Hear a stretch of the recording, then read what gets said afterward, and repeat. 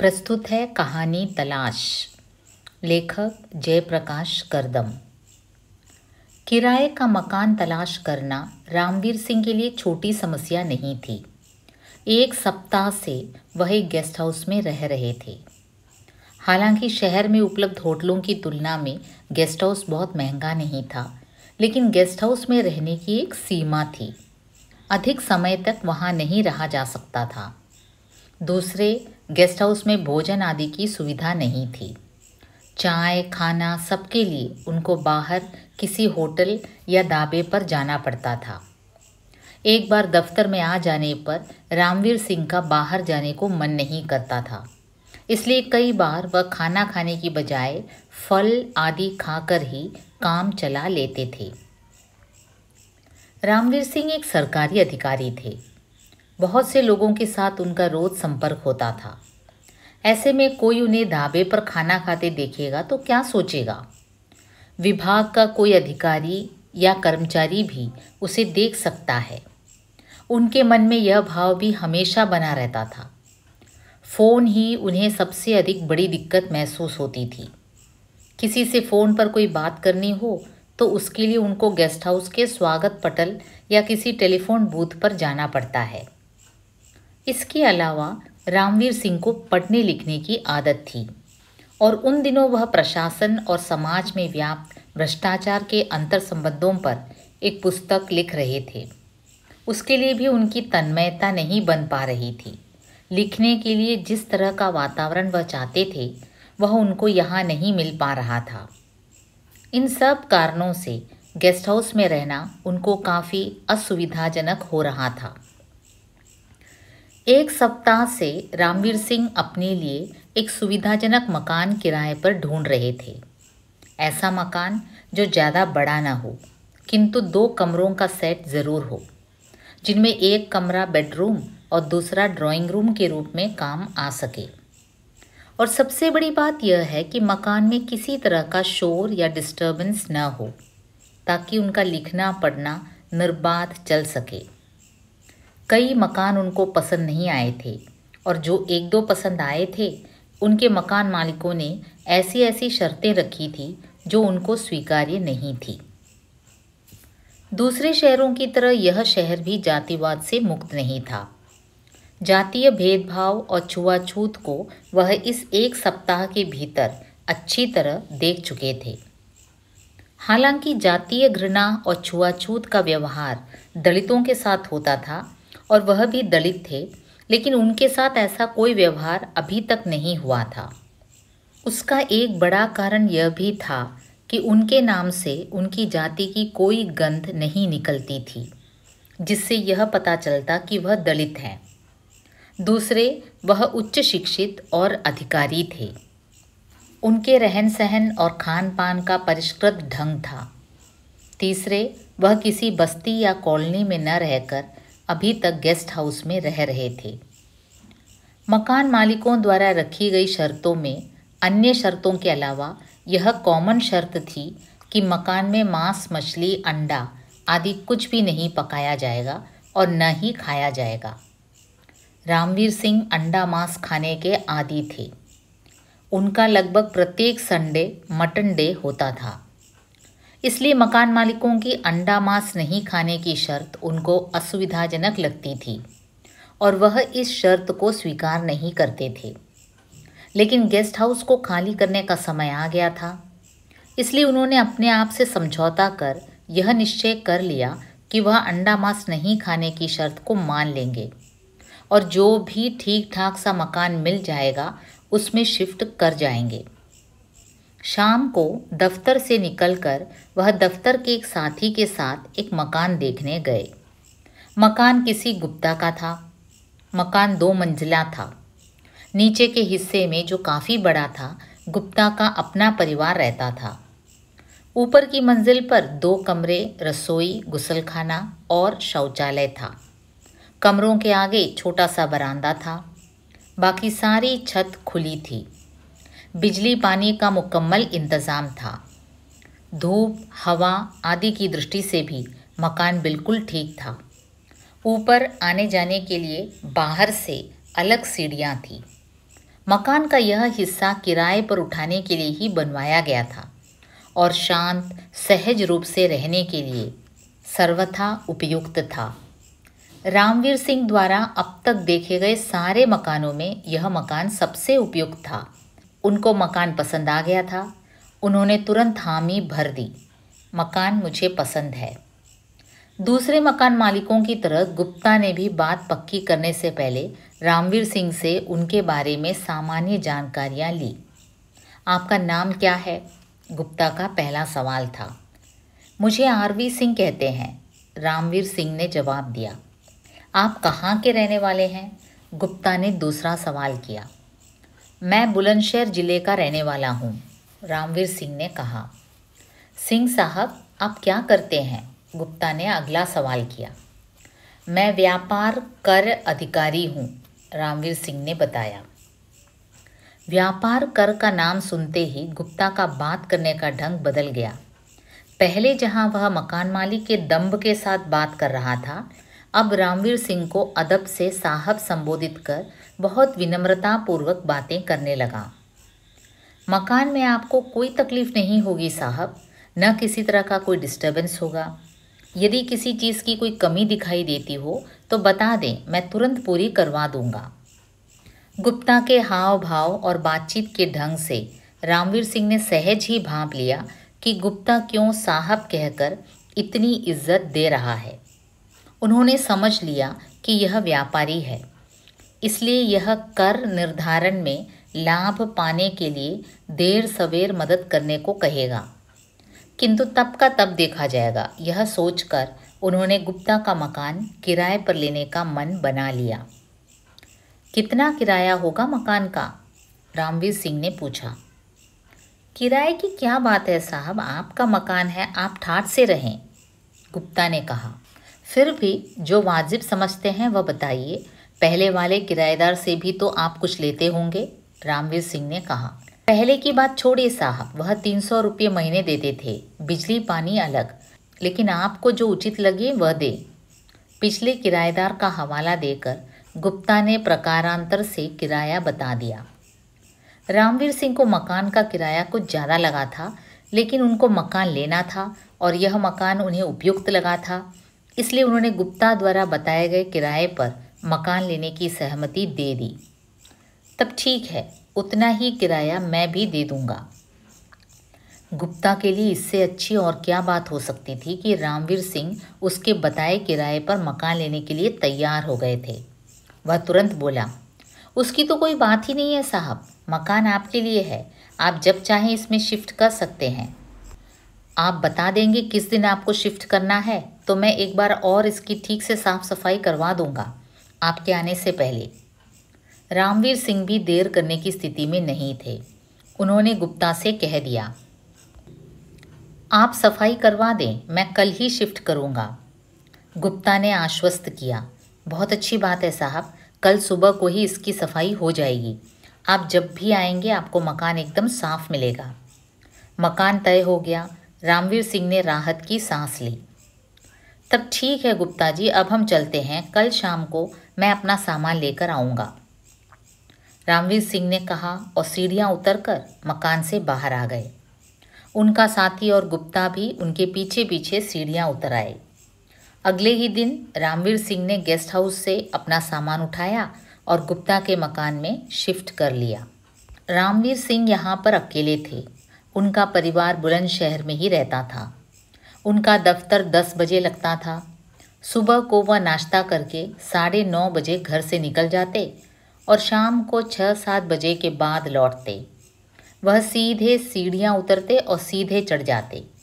गुप्ता के परिवार या आसपास में अन्य किसी के साथ बहुत ज़्यादा वास्ता वह नहीं रखते थे। आते जाते यदि गुप्ता से उनका आमना सामना हो जाता तो गुप्ता बहुत विनम्रता और अदब के साथ झुककर उनको नमस्ते करता और गर्मजोशी से पूछता, किसी प्रकार की कोई दिक्कत तो नहीं है साहब? कोई भी कमी या दिक्कत हो तो बताइएगा, आपको किसी प्रकार की भी असुविधा नहीं होनी चाहिए। रामवीर सिंह भी उतनी ही गर्मजोशी के साथ मुस्कुराकर उसकी नमस्ते का जवाब देते हुए कहते, नहीं, मैं बहुत मज़े में हूँ, किसी तरह की कोई दिक्कत नहीं है। घर से थोड़ी दूर ही सड़क के आखिरी छोर पर मंदिर था। रोज़ सुबह शाम वहाँ पूजा अर्चना करने वालों की भीड़ लगी रहती थी। हालांकि मोहल्ले के अधिकांश लोगों के घरों में छोटे छोटे मंदिर थे और उनमें अपने आराध्य देवी देवताओं की मूर्तियां रखकर उनके आगे धूप अगरबत्ती जलाकर वे उनकी पूजा करते थे, लेकिन मोहल्ले के मंदिर में भी वे नियमित रूप से जाते थे। मोहल्ले भर के स्त्री पुरुष मंदिर में पूजा प्रार्थना के लिए जाते थे। प्रतिदिन मंदिर जाना गुप्ता का भी नित्य नैमित्तिक धर्म था। आंधी तूफान भले ही टल जाए, गुप्ता का मंदिर जाना नहीं टलता था। मंदिर में पूजा करके तिलक लगवाए बिना उसके दिन की शुरुआत नहीं होती थी। गुप्ता के मकान में रामवीर सिंह एडजस्ट हो गए थे। दोपहर का खाना वह बाहर खाते थे, लेकिन सुबह का नाश्ता और शाम का खाना वह खुद बनाते थे। शुरू में कुछ दिन तक घर में झाड़ू लगाने और बर्तन धोने का काम उन्होंने खुद किया था, लेकिन इस बीच एक दो बार ये काम करते हुए अचानक साथी अधिकारियों के आ जाने पर उन्होंने शर्म का अनुभव किया। उनके साथियों ने भी उनको टोका कि कोई कामवाली लगा लो, और उन्होंने घर में कूड़ा उठाने के लिए आने वाली सत्तों से कहकर रामबत्ती को बर्तन और घर की सफाई के लिए रख लिया था। गुप्ता की पत्नी को जल्दी ही इस बात का पता चला कि रामवीर सिंह रामबत्ती से घर की सफाई करवाते हैं। उसने तुरंत यह बात शिकायती स्वर में गुप्ता के कानों में डाली, सुनो जी, ये आरवी सिंह रामबत्ती से घर की सफाई करवाता है। सुनकर गुप्ता को भी यह बात अच्छी नहीं लगी। उसे एकाएक इस बात पर यकीन नहीं हुआ। वह अपनी पत्नी से बोला, क्या कह रही हो तुम? भला एक सभ्य शिक्षित और अफसर आदमी रामबत्ती जैसी औरत से अपनी घर की सफाई क्यों करवाएगा? लेकिन उसकी पत्नी ने अपनी बात को पुष्ट किया, मैं सही बात कह रही हूँ जी। पहले तो मुझे भी यकीन नहीं आया था इस बात पर, लेकिन मैंने खुद रामबत्ती को सुबह शाम जीना चढ़कर ऊपर आते जाते देखा है और उससे पूछा है। उसने बताया है कि वह सफाई का काम करती है। अपनी पत्नी के मुख से यह बात सुनकर गुप्ता कुछ सोच में पड़ गया। गुप्ता को चुप देखकर उसकी पत्नी ने उसे टोका, देखो जी, चुप रहने से काम नहीं चलेगा। आरवी सिंह से कह दो वह रामबत्ती से सफाई करवाना बंद कर दें। हम अपने घर को। गुप्ता ने जैसे सोच विचार पूरा कर लिया था, उसने अपना मुंह खोला, लेकिन यह ठीक नहीं होगा। तो फिर? गुप्ता की पत्नी ने प्रश्नसूचक दृष्टि से उसकी ओर देखा। आरवी सिंह एक अफसर है, उससे कई काम पड़ सकते हैं, इसलिए उसको इस तरह से कहने की बजाय दूसरे तरीके से हैंडल करना पड़ेगा, गुप्ता ने समझाने की कोशिश की।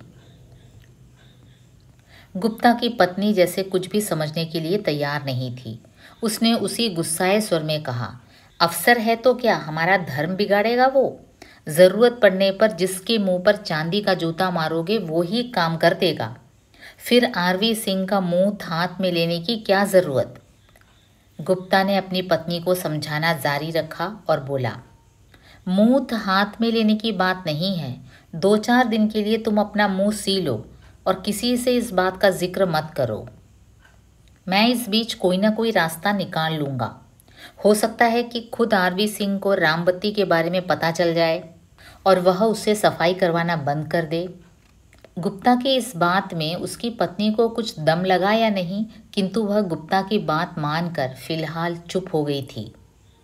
रामवीर सिंह ने महसूस किया कि खाना आदि बनाने में उनका बहुत सारा समय लग जाता है। उन्हें इस समय को बचाकर पुस्तक लिखने में लगाना चाहिए। मन में यह विचार कर उन्होंने किसी कामवाली से खाना बनवाने का निश्चय किया, लेकिन खाना बनाने वाली कहाँ से ढूंढे? कई दिन वह इस विषय में सोचते रहे। पहले उन्होंने सोचा गुप्ता से कह देता हूँ, वह कोई इंतज़ाम करवा देगा, लेकिन तभी उनका ध्यान रामबत्ती पर गया और उन्होंने सोचा सफाई का काम तो वह करती ही है, क्यों ना खाना भी इससे ही बनवा लिया जाए। यदि रामबत्ती खाना बनाने को तैयार हो जाए तो फिर 2 कामवाली रखने की क्या ज़रूरत है? अलग से दूसरी कामवाली रखने की बजाय रामबत्ती को ही और थोड़े ज़्यादा पैसे दे दिए जाएं तो क्या बुरा है। यह दोनों के लिए ठीक रहेगा। यह सोचकर उन्होंने रामबत्ती से बात की। रामबत्ती, क्या तुम मेरा खाना भी बना सकती हो? रामबत्ती को एक अतिरिक्त काम मिल रहा था। अपनी आर्थिक तंगी के चलते उसको पैसों की ज़रूरत भी थी। उसने तुरंत हाँ कर दी। हाँ, मैं बना देंगी साहब। तब कल से ही शुरू कर दो, उन्होंने रामबत्ती से कहा। ठीक है साहब, रामबत्ती ने कहा और अगले दिन से रामवीर सिंह का खाना बनाना शुरू कर दिया। रामबत्ती से खाना बनवाते हुए रामवीर सिंह को अभी 2 दिन ही हुए थे कि गुप्ता की पत्नी को इसका पता चल गया और उसने गुप्ता से कहा, देखो जी, अब पानी सर के ऊपर से गुजरने लगा है, अब बर्दाश्त नहीं होगा। गुप्ता सहसा अपनी पत्नी के गुस्से के कारण को नहीं समझ सका। उसने पूछा, लेकिन क्या बर्दाश्त नहीं होता अब? कुछ बताओ तो सही। गुप्ता की पत्नी पूरी तरह गुस्से में भरी थी। गुप्ता के इतना कहते ही फट सी पड़ी। अब तक तो आरवी सिंह केवल सफाई ही करवाता था रामबत्ती से, अब उससे खाना भी बनवाने लगा है। किचन में स्लैब, नल, हर चीज़ को हाथ लगाती होगी वह। यह बात सुनकर गुप्ता को झटका सा लगा, लेकिन उसने संयम से काम लिया और अपनी पत्नी से बोला, तुम चिंता मत करो, मैं आरवी सिंह से इस बारे में बात करूँगा। अगले दिन सुबह को ऑफिस जाते समय ही गुप्ता ने रामवीर सिंह को टोक दिया, साहब, आप रामबत्ती से खाना बनवाते हैं? हाँ, रामवीर सिंह ने कहा और पूछा, कुछ हुआ है क्या? नहीं हुआ तो कुछ नहीं है साहब, पर अच्छा रहेगा यदि आप रामबत्ती की बजाय किसी और से खाना बनवाओ। गुप्ता ने विनयपूर्वक अपना सुझाव रामवीर सिंह के समक्ष रखा। रामवीर सिंह कुछ समझ नहीं पाए कि गुप्ता रामबत्ती से खाना नहीं बनवाने के लिए क्यों कह रहा है। उन्होंने जानना चाहा, क्यों, रामबत्ती में क्या कमी है? वह खाना बना देती है तो इसमें क्या गलत है? गलत है साहब, तभी आपसे कह रहा हूँ कि आपको रामबत्ती से खाना नहीं बनवाना चाहिए। गुप्ता ने फिर अपनी बात पर बल दिया। गुप्ता की बात का रहस्य रामवीर सिंह की समझ में नहीं आ रहा था। उन्होंने जोर देकर पूछा, लेकिन क्यों? आप नहीं जानते साहब, रामबत्ती चूहड़ी है। एक चूहड़ी से खाना बनवाएंगे आप? मांस मछली पता नहीं क्या क्या खाती है। मुझे तो सोचकर ही घिन सी आ रही है। और वह रसोई घर के अंदर घुसकर सब चीज़ों को छुएगी। गुप्ता ने रहस्य पर से पर्दा हटा दिया। गुप्ता की यह बात रामवीर सिंह को अच्छी नहीं बल्कि बुरी लगी। उन्होंने गुप्ता से कहा, चूहड़ी है तो क्या हुआ, है तो वह भी इंसान ही, और फिर वह साफ शुद्ध रहती है। लेकिन रामवीर सिंह की इस बात का गुप्ता पर कोई असर नहीं पड़ा। उसने कहा, इंसान तो सब हैं साहब, पर इंसान इंसान में भेद होता है। सब इंसान बराबर नहीं होते। हजारों साल से समाज में यह भेद बना हुआ है। समाज के बीच समाज के अनुसार चलना पड़ता है साहब। समाज जिन बातों को मानता है, हमको भी वे बातें माननी पड़ती हैं। यदि मोहल्ले में यह बात चल गई कि हमारे घर में अंदर चूहड़ी खाना बनाती है, तो मुसीबत हो जाएगी साहब, मुसीबत। लेकिन खाना तो उससे मैं अपना बनवाता हूँ। जब मुझे कोई एतराज़ नहीं है तो किसी और को क्या दिक्कत होगी? रामवीर सिंह ने प्रश्नसूचक दृष्टि से गुप्ता की ओर देखा। ठीक है, खाना आप बनवाते हैं साहब, पर मकान तो मेरा है। एक चूहड़ी के प्रवेश करने से रसोई घर अपवित्र होता है मेरा तो। गुप्ता के इन शब्दों में उसका मालिक होने का दंभ उभर आया था। रामवीर सिंह को गुप्ता का जवाब बहुत अटपटा लगा। वह बोले, आपकी बात कुछ जंच नहीं रही मुझको। तो गुप्ता जी, हमें इस तरह की बातें नहीं सोचनी चाहिए। ये बातें बहुत पुरानी हैं और पीछे छूट चुकी है। हमारा संविधान, जिससे हमारा देश चलता है, उसकी नज़र में सब बराबर हैं। कोई किसी से छोटा बड़ा या छूत अछूत नहीं है। रामवीर सिंह ने गुप्ता को समझाने का प्रयास किया, लेकिन गुप्ता अपनी बात पर अडिग था। वह कुछ भी समझने के लिए तैयार नहीं था। वह बोला, संविधान से देश चलता है साहब, समाज नहीं। समाज परंपराओं से चलता है। इस पूरे मोहल्ले में ब्राह्मण बनिए रहते हैं, धर्म कर्म से चलने वाले। आपको मेरी बात नहीं जंच रही है तो देख लीजिए साहब आप ही। आप रामबत्ती से ही खाना बनवाना चाहते हैं तो आपको मकान खाली करना पड़ेगा।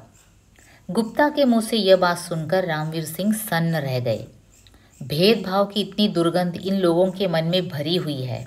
उन्होंने सोचा, कोई अन्य बात हो तो मानी जा सकती है, जैसे वह गंदी रहती हो, उसमें चोरी चकारी की आदत हो, या उसे खाना ठीक से बनाना नहीं आता हो, पर रामवती में ऐसी कोई बात नहीं है। वह खाना बनाने में कुशल, एक निहायत सुशील और ईमानदार महिला है। इसलिए केवल इस आधार पर उससे खाना नहीं बनवाने का कोई औचित्य नहीं है कि वह जाति से चूहड़ी है। ऐसा करना तो जातिवाद को बढ़ावा देना है। गुप्ता की बात मानकर रामवती से खाना बनवाना बंद कर देता तो छुआछूत और जातिवाद के सामने हथियार डाल देना होगा, जो समाज का सबसे बड़ा दुश्मन है, और इसका विरोध मैं आज तक करता आया हूँ।